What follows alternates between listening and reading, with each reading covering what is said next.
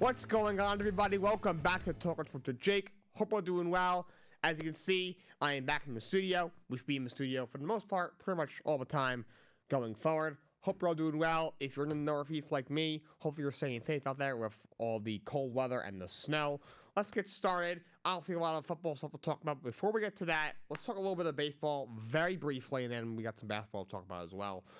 Dodgers signed Hae-Sung Kim to a three-year deal worth $12.5 million. He has a mutual option for 2028 and 2029 that could bring the deal to $22 million. Dodgers strike again. This is a great move for the Los Angeles Dodgers. He's a really good player. Hae-Sung Kim was great in the Korean Baseball League. He's a career 304 hitter in over 3,400 at-bats. He is still only going to be 26 years old this season. Last year at 326, 11 homers, 75 RBIs. Since he became full-time there in 2018, these were his numbers. He had 270 with 5 and 45, 276, 32 RBIs in the home runs, 285, 7 and 661, 304, 3 and 666, 318, 4 and 48, or 335, 7 and 57, and 326, 11 and 75. So he's not a big power guy, but he is a great bat-to-ball guy. He's a 364 career on base, and he's been full-time for the last 7 seasons in the Korean Baseball League. He had 383 on base last year. OPS for his career is 766, but it's been just over 840 each of the last 2 seasons. He's got better and better every single year. He's a great hitter. There's another piece for the Dodgers to add. I'm not sure exactly where they'll put him quite yet. He's played mostly second base in Korea. He's played 657 games of layoffs. He's also played 284 games at shortstop. Has played a tiny bit of third as well as left field as well. So second base, he also play third. He also play short as well as third and even a little bit of outfield. So versatile guy, great hitter, and it's another piece for the Dodgers to add. They got obviously a lot of these international guys. It's because the West Coast is a little closer to like Japan and Korea than the East Coast. That's why you don't see a lot of guys signing with the New York Mets and the New York Yankees, or who's another contender over there in the Northeast, the Atlanta Braves, teams like that. That's why they're usually going to the Los Angeles Dodgers. And if not, they're going, to Los Angeles Angels, to the Seattle Mariners. You get the point. So, Kim to the Dodgers on a 3-year deal. Shifting to basketball, Jimmy Butler has requested a trade from the Miami Heat. So this is going to get a little messy. And by little, I mean a lot. So he had been away from the team for a while. He was hurt, then he got sick. He was out for about 2 weeks or so. He came back. He looked basically disinterested on the court. Was doing this crazy one-legged shot stuff. After the last game that Butler played with the Heat last week, he said that he's got to get his joy back. He said he's happy they're off the court, but on the court he's got to get his joy back. And they asked him, do you think you can get it back on the court here at the Heat? He said probably not. And then then later that night, it came out that he formally requested a trade. The Heat suspended him 7 games for conduct detrimental to the team. Okay, look, so he makes $40, $50 million a year, whatever it is, to play basketball, living in Miami. I don't know how you can be I don't know how you can be unhappy. So I don't really agree with how he's handling it. At the same time, I think he goes both ways. The Heat, they haven't done enough to build around him. Yes, all right, you hit on Bam Adebayo in the first round. You hit on Tyler Hero in the first round. So you hit on Jaime Jaquez 2 years ago. And that was a later first-round pick, too, so kudos to Pat Riley for that. And Duncan Robinson isn't a bad rotational piece. He was an undrafted guy. You end up extending him right after his rookie year. He's not a bad player. Kevin Love is a vet that you've had around the last few years. Is still a nice bench piece to have. But they've needed another guy next to Jimmy for a couple of years now, and Pat Riley continues to sit on his hands and not do it. He went basically told the public, I'm not extending Jimmy Butler. Obviously, last year after Butler in some video jokingly said if he was healthy that the Knicks and the Celtics would have been home, or Knicks and Philly would have been home, kind of jokingly. And then Pat Riley came out and basically told told him to shut up and get his ass back on the court and rehab from his injury. Because remember, he got hurt in that first playing game that they lost last year to Philadelphia. Or I think it was to Philadelphia, and then he did not play in the other playing game against Chicago that they won, or the entire first-round series in that 5-game series loss to the Boston Celtics. So it's clear that him and Raleigh have kind of been at odds, and honestly, he's probably heading there. He also, obviously, free agent to be, he wants an extension. The whole thing is, he's 35 years old. He's not going to get a 5-year deal. Can he get a 3-year deal for a ton of money? Probably. He's still a great player. He's a 6 or 7-time All-Star, great two-way player. Has been a phenomenal performer in the postseason. Has had a couple of very memorable runs. 2 years ago, basically carrying that Heat team to the finals as an 8 seed. He's gotten close a couple of times, but hasn't been able to get done for a championship. He also probably, is realizing, I'm not going to win a championship in Miami, at least not with this current team. He's going to be a free agent. This is probably his last big contract. He's 35 years old. He wants to win a championship before the end of his career. So he's deciding, let's do this now. Again, not a fan of how he's handling it. Requesting a trade, middle of the season like this, and, saying, he just publicly saying he's not happy. I mean, if that's how he feels, I'd rather him say. I would rather him come out and say, I'm just not happy here. I'm probably not going to be able to. I don't see myself being happy here than him being like, oh yeah, we're still figuring it out. And then 5 hours later, he requests a trade. So at least he was upfront and honest. I wish he would be a little less nonchalant about it. He kind of did this in Chicago as well. They got dysfunctional towards the end. Especially after they fired Tom Thibodeau. And Derrick Rose's knees kind of went out. So got dysfunctional at the end there, but he kind of played himself out of there. In Minnesota, he goes there. And then, knowing that he plays there for a year, and then all of a sudden said, trade me after they would give him a contract. And then, he kind of went out there and, basically, in practice and in games, was just kind of going crazy. He's kind of letting all of his anger. It was kind of funny, but at the same time, not very professional. Gets straight to Philadelphia. That was not on him. He liked it in Philly. He fit well in Philly. He played really well. In that first round playoff series against Toronto, he hit a big shot right before Kawhi's 3-pointer, that famous shot. And this is Kawhi that ripping their heart out, and those from 2019.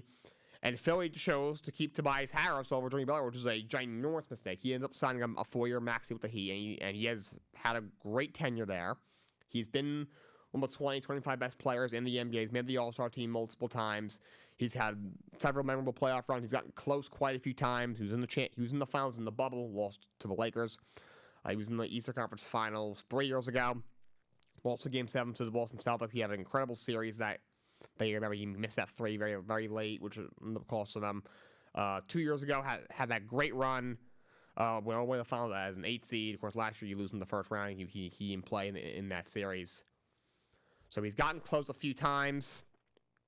He's had a lot of heartbreak. Like you said, I mentioned in Philly, he hit a big three to tie the game, or figure it was to tie or put them ahead in that series, in that first round series against Toronto in 2019. And then Kawhi just ripped their heart out of him in the next possession. He's gotten close a few times. Had a lot of heartbreak in the playoffs. So I think there's wrongs on both ends. I think it's wrong of Jimmy Butler to handle this the way that he has. He sort of a trend. He kind of, when he wasn't, after, Chicago, he realized he wasn't going to win in Chicago. He kind of, was a little, the unprofessionalism kind of came out there. The same thing kind of happened in Minnesota. Again, the situations weren't great. I did not have an issue with him calling out Karl-Anthony Towns and Andrew Wiggins. I love Karl-Anthony Towns, a member of my New York Knicks right now, but at that time, he was not as, a complete player. He was not doing what he needed to do. And he basically called them soft, and he was right. They were soft, and they were not putting in the work. I didn't have a problem with that. But, again, a little bit unprofessional the way he forced his way out of there. Philly wasn't on him. Obviously, nothing to this point in Miami has really been on him. He's done all he can do. The team simply is overmatched against some other teams in the league, not only in the Eastern Conference, but in the Western Conference. It's across the NBA. But yeah, again, you got to be a little more professional than going out there and just clearly just looking just disinterested. But also, Miami hasn't done a good enough job putting the pieces around him, finding another piece to help them compete for a championship. And, suspending him, I guess, for 7 games. Conduct detrimental to the team. I'm not sure if I would have normally. I don't know if I would have done 7 games. But at the same time, he probably deserves to be suspended for a couple of games.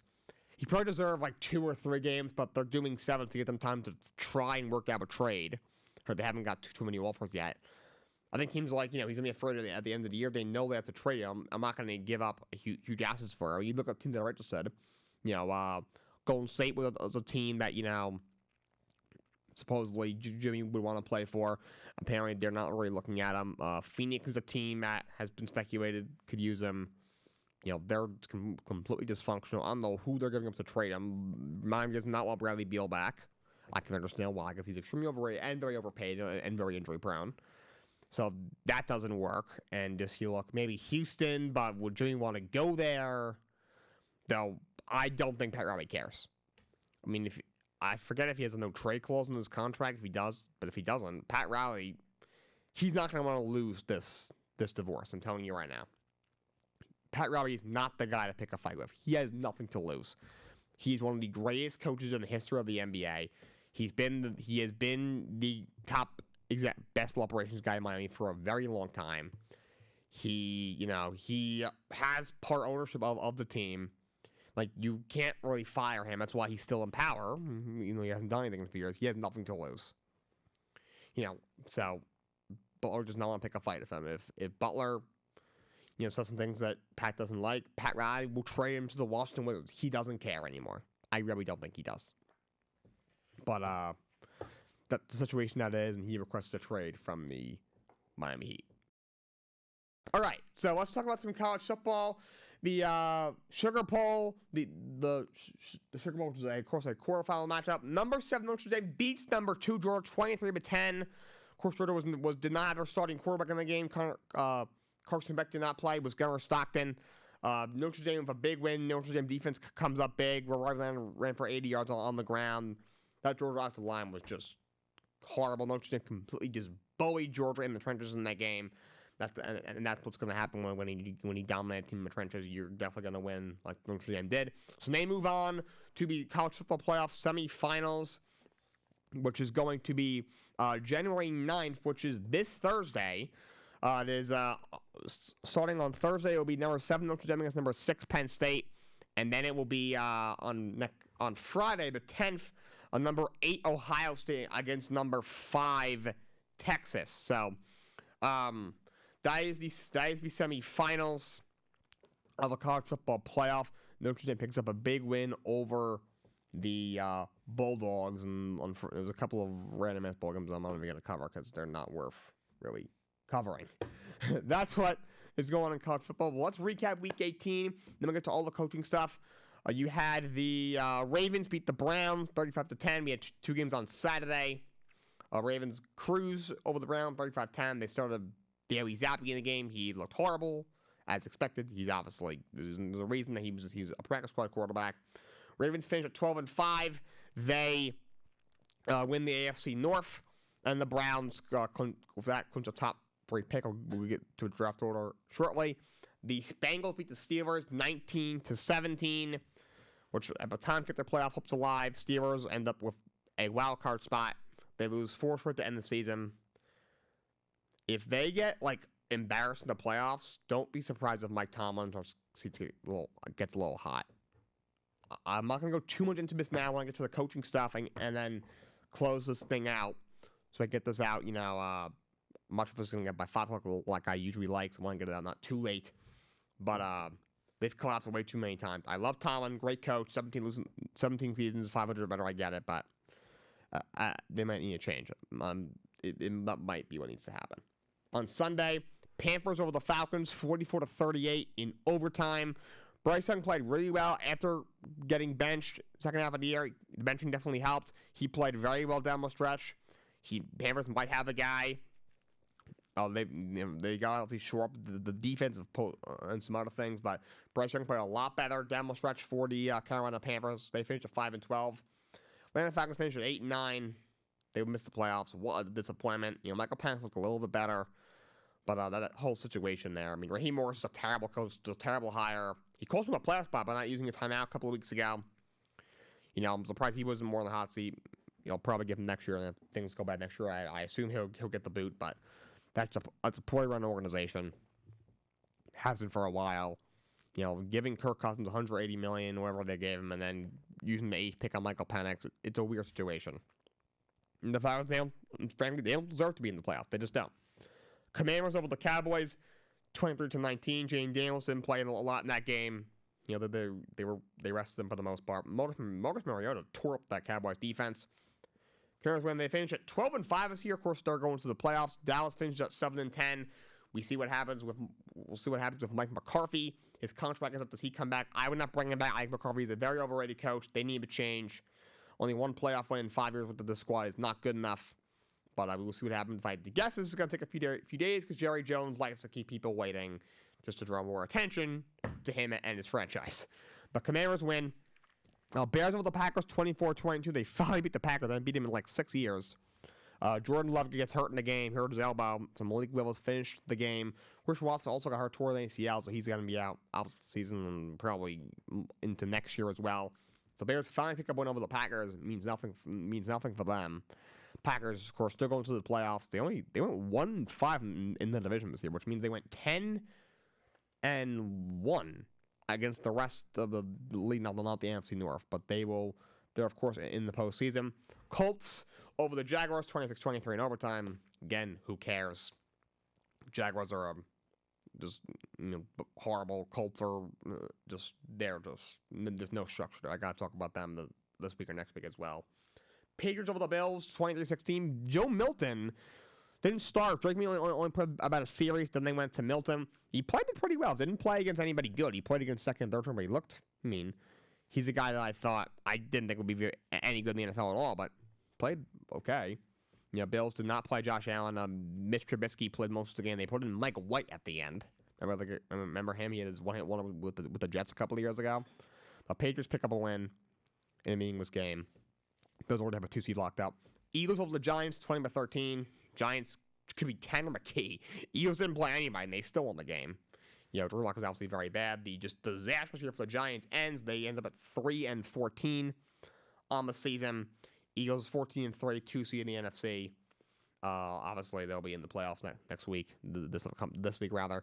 Bucks over the Saints, 27-19. It was the Falcons losing. It already meant they won the division, but they win the NFC South for the 5th year in a row. Mike Evans with 9 catches for 89 yards. So it was 11th straight 1,000-yard season, tying Jerry Rice's all-time record. One of the great receivers of all time, very underrated all time. He also got an extra $3 million, so kudos to him. Bucks win the division again. They'll be going to the playoffs. Texans over the Titans, 23-14. Texans stars didn't play in a lot of that game. Davis Mills played most of the game for that one. Titans are just so bad, 3-14. And they end up with the number 1 overall pick. Titans have the number 1 overall pick in the draft. Cardinals beat the 49ers 47-24. Again, meaningless game before we had a ton of injuries. Arizona finishes 8-9. San Fran finishes 6-11. We'll see what happens in San Fran. Obviously, a very disappointing year for them. We'll see what they do. Broncos over Chiefs 30-0. Chiefs rested all their stars. Carson Wentz was their starter, and they clinch the playoffs. That eliminates Miami and Cincinnati. Denver going to the playoffs. They finish at 10-7.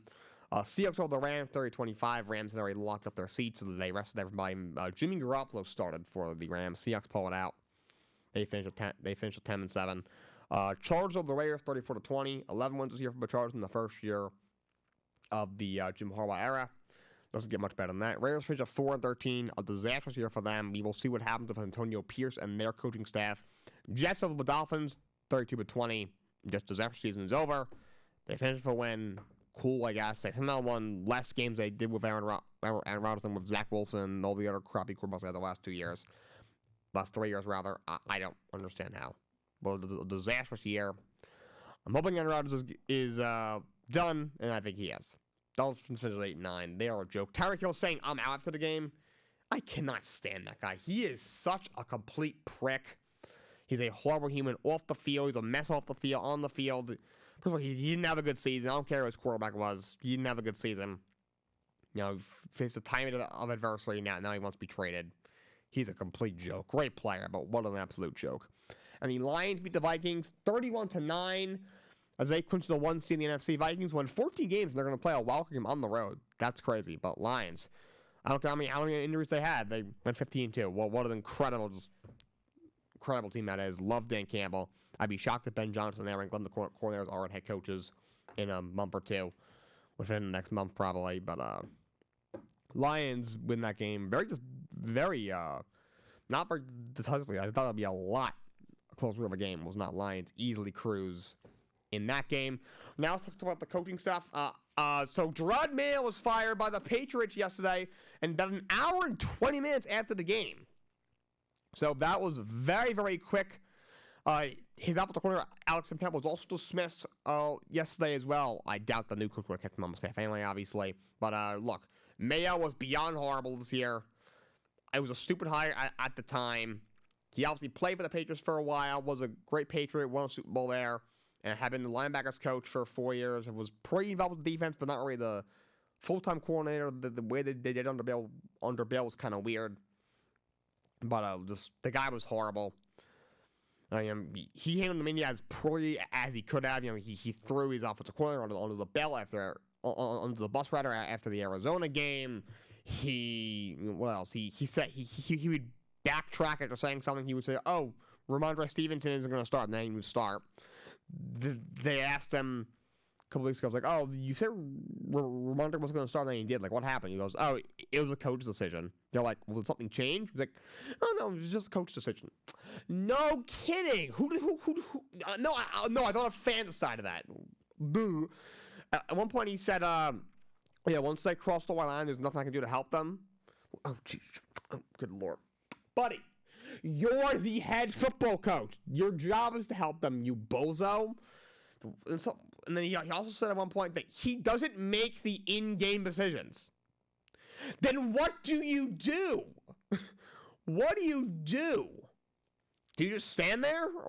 You might as well go be a cheerleader. God, he was beyond horrible.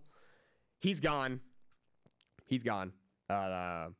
Deserves to be fired. I'd be shocked if Mike Vrabel's not the next head coach. He played there for a long time. He loves the craft. He loves the Patriots. Apparently he used the Jets job as leverage, put pressure on the Patriots. I'd be shocked if he's not the head coach. And as for more firing, Jaguars fire head coach Doug Peterson after a disastrous 4-13 year. He was there for 3 seasons, was in the playoffs 2 years ago. Well, one playoff game had that crazy comeback, but the last 2 years have not gone according to plan. He collapsed last year, finished 9-8, and this year was just beyond horrible. Look, I don't think Peterson's a bad coach. He's not a great coach either. To me, he's like a mechanic who you wake up and like every light in your car is on. You call like the car mechanic, and he comes in and he's like, all right, I loosened some bolts, I twisted them back, I fixed them, but I don't know how long your car's gonna hold up. You're like, you know what? I'm not making a lot of money right now. I'm just gonna roll with it. And then like a month later, something happens again. You call the guy back. It's like, yeah, I can't help you. I don't know what to do. Like, so he's a fine short-term fix.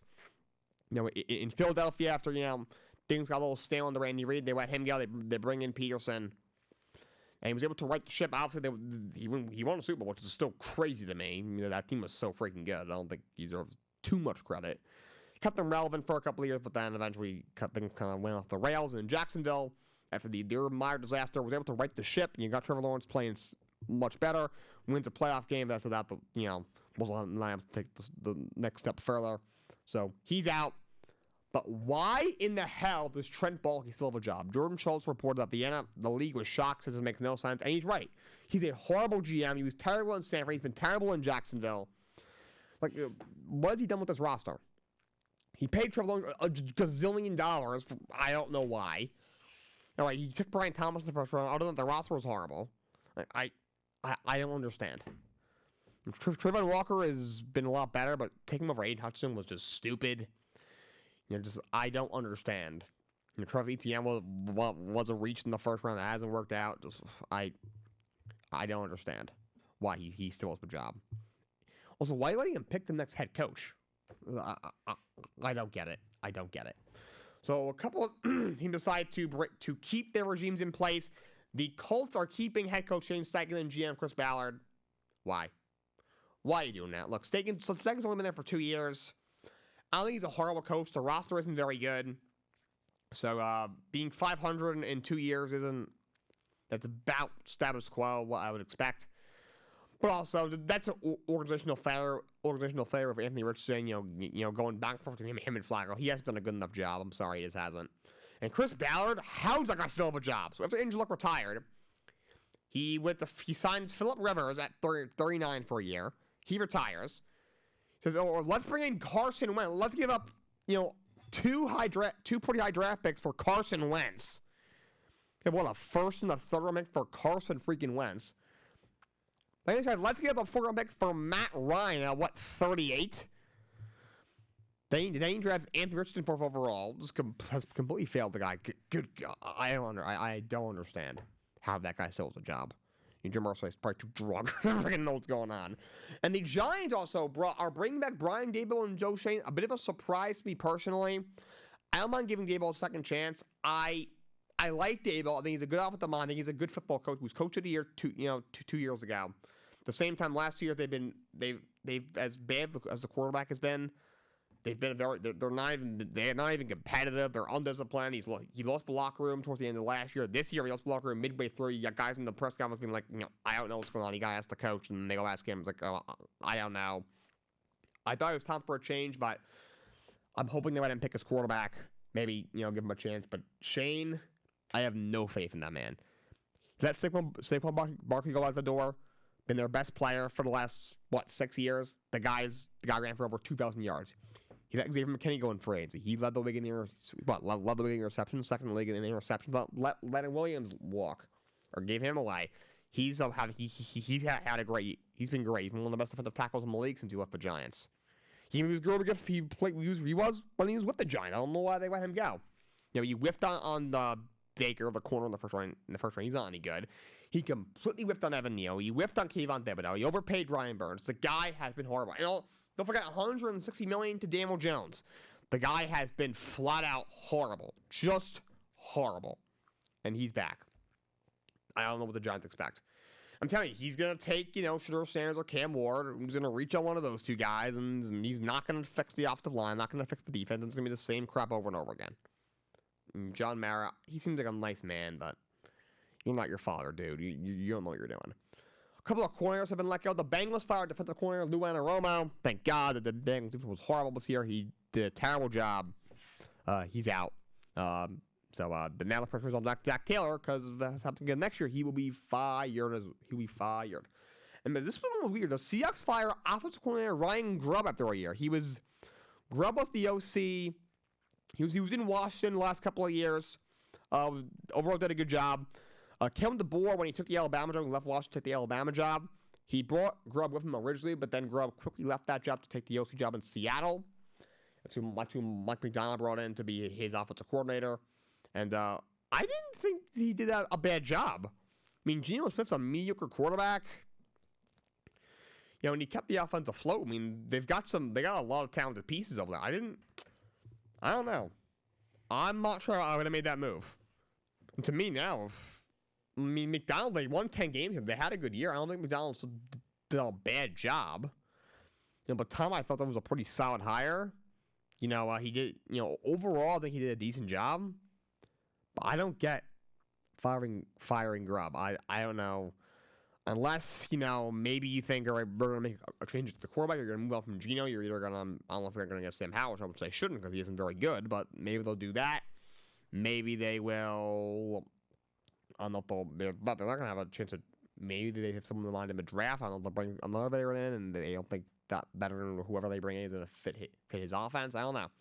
That was a weird one. We'll see if he gets another offensive coordinator position this upcoming season. And so that's what we know right now. For the ones we're kind of waiting on, haven't heard if Antonio Pierce is coming back with the Raiders. Have not heard if Matt McCarthy's coming back in Dallas. I'm assuming Brian Callahan's coming back in Tennessee. I'm assuming Mike McDaniel for some reason is going to be back in Miami. So we'll see how all that unfolds. But I just wanted to take you through who the New York Jets are interviewing. Arthur Smith, the Steelers offensive coordinator. Bobby Sloak, the OC in Houston. Vance Joseph, the defensive coordinator for Denver. Matt Nagy, the offensive coordinator with the Chiefs. Brian Flores, the defensive coordinator with the Vikings. Brian Griese, the quarterback's coach for the Chiefs. Josh McCown was the quarterback's coach for the Vikings. Oh, good Lord. Oh, and they already interviewed Vrabel. They interviewed Ron Rivera, former Panthers and Commanders head coach. They're going to interview Joe Brady, the Bills offensive coordinator. I believe they already interviewed Rex Ryan, their former coach for them, as well as the Bills. The Jets are so screwing up this head coach. First of all, can we please get a GM first? No, they interviewed a couple of guys. They're going to interview the chief executive, Mike Borgonzi. They're going to interview the Bucs assistant GM, Mike Greenberg. Apparently, he's a local guy from New York. I think they interviewed Dimitrov, the old Falcons GM. I think he got an interview a week or two ago, but they have no idea what they're doing. The ownership there is just atrocious. Arthur Smith is proven to be not a good head coach. He's an okay offensive coordinator, but it's proven not to be a good head coach. Slowick, he's still very young, offensive guy, OC in Houston. Last year he got a bunch of interviews. I don't see him getting much interviews this year after the offense regressed. Not the worst candidate in the world. He's probably fits where the league is going, but would not be my first choice. Vance Joseph had proven to be not a good head coach. He's done a good job with the Denver defense this year, but proven to be a horrible head coach in Denver. So I don't know why he's being interviewed. Matt Nagy is proven to be a horrible head coach. The offense hasn't even been that good on their hand. The Chiefs' offense, numbers-wise, has been mediocre. I mean, it's gotten their job done because you have the best quarterback on the planet, the best tight end on the planet. He's standing next to the best offensive mind head coach maybe ever. Like, why is he getting an interview? I don't know why teams are looking at him all of a sudden. Brian Griese, he was an ex-quarterback. His dad was Bob Griese. He won a Super Bowl on the 72 Dolphins. He was their starting quarterback. I don't understand. The guy was a average quarterback for a few years in the NFL. He was a broadcaster for a year, and this year he's been the Chiefs quarterbacks coach. I don't get it. I don't get that one. Flores, look, he's a great defensive coordinator. I don't think he's a great head coach. Look, on the field, the product wasn't bad in Miami considering the rosters he was given. You know, they weren't great. The ownership there was very bad, but also, he ruined the way he didn't get along with Tua, obviously. Tua isn't great. He's not that great of a quarterback, but also, supposed to even make an effort to try and develop him. If Jets are going to be drafting a quarterback, I don't have any confidence Flores will be able to do that. He clashed with the GM. He clashed with ownership. I get the owner there, Ross, is a goofball, but he seems like a guy that's really tough to work with, although I don't think he's a bad coach. McCown, now we're just getting silly at this point. Josh McCown. Look, he had a fun year with the Jets in 2000. What was it? 2017 or 2018. They were good. They went 5-11. It was a fun year from him as a starter. He seems like a good guy. He was after retiring. He's kind of been he's been in a couple of buildings, kind of like a behind it, kind of like helping out the offense a little bit, helping out the young quarterbacks.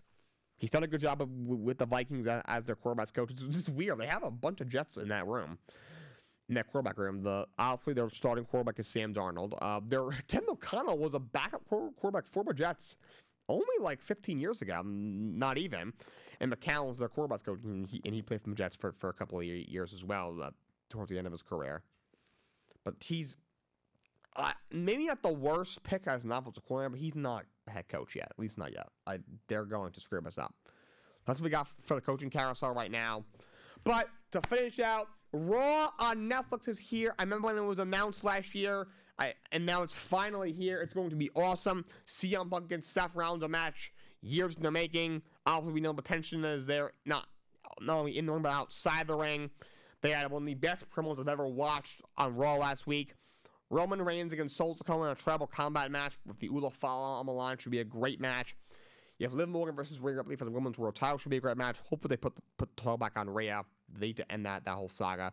You have Jey Uso against Drew McIntyre. Of course, Drew McIntyre's become the bloodline hunter. John Cena's farewell tour begins. You have Logan Paul's going to be on Raw. I heard the Undertaker might be there. I heard Hulk Hogan might be there. This is going to be... The Rock has announced he's going to be there. He's going to cut a promo, maybe set up what he's doing at WrestleMania.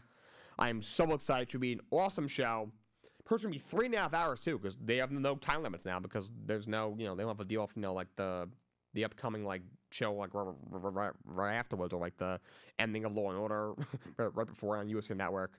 So they can run as long as they want. So, very excited. That's all I got for you guys today. Until next time, so long. Have a great day.